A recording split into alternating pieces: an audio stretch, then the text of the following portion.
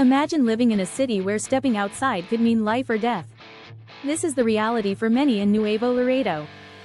Alejandro Dominguez Coelho, a man of hope, lit a cigarette and spoke about the city's crime problems, believing it was just a bad dream that would end.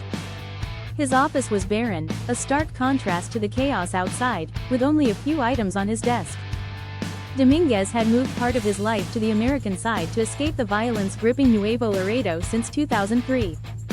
He spoke of the city's commercial magnetism, attracting both legal commerce and narco-traffickers. Despite the violence, Dominguez was hopeful, believing the problem was no more serious than in New York or Chicago. 4 months later, he became the chief of police, a job no one wanted, and was murdered the same evening. His death was a brutal reminder of the escalating violence in 2005, the deadliest year in Nuevo Laredo's history. 77 people, including 6 other cops, had been murdered, many in gang-style executions.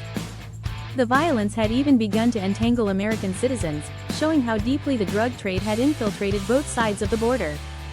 Lydia, a schoolteacher, recounted her terrifying experience in Nuevo Laredo, where she was nearly killed for her car. She had reluctantly crossed the border with friends, only to find herself surrounded by drug dealers and corrupt police. Her car was stolen, and she was left pleading for her life, realizing the extent of the lawlessness. The citizens of Nuevo Laredo had witnessed organized crime's violent effects for over 20 years. The Gulf Cartel, led by Osiel Cardenas Gillen, had transformed the city's criminal landscape with unprecedented brutality. Cardenas co-opted federal special forces agents, creating the infamous Zetas, who enforced his will with ruthless efficiency. The cartel's operations extended into every form of contraband, controlling the city with an iron fist. President Fox's administration tried to combat the cartels, but the arrest of Cardenas only created a power vacuum. The Zetas began moving their own drugs, and the streets of Nuevo Laredo descended into chaos. Lydia's story was just one of many, as the violence spread indiscriminately, affecting everyone from business owners to ordinary citizens. The U.S. side of the border was not immune, with young men lured into the drug trade and gang-style executions becoming more common. The narcotics trade had become a very American, very local crime problem, with impunity for drug-related crimes. The Zetas' influence extended into South Texas, forming alliances with prison gangs and juvenile gangs.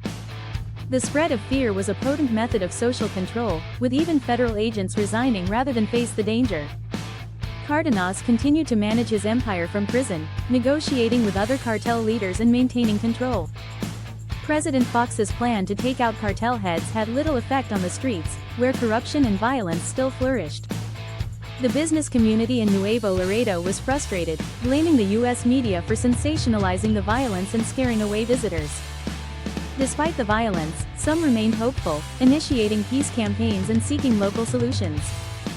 Dominguez's murder raised questions about the government's authority over the traffickers, prompting President Fox to launch a new program. The program aimed to improve cooperation among all levels of government, but the rampant corruption made progress difficult.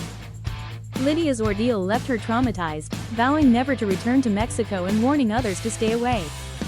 In a city where crime rules, the line between life and death is razor thin. Stay safe, stay informed. This is the reality of Nuevo Laredo.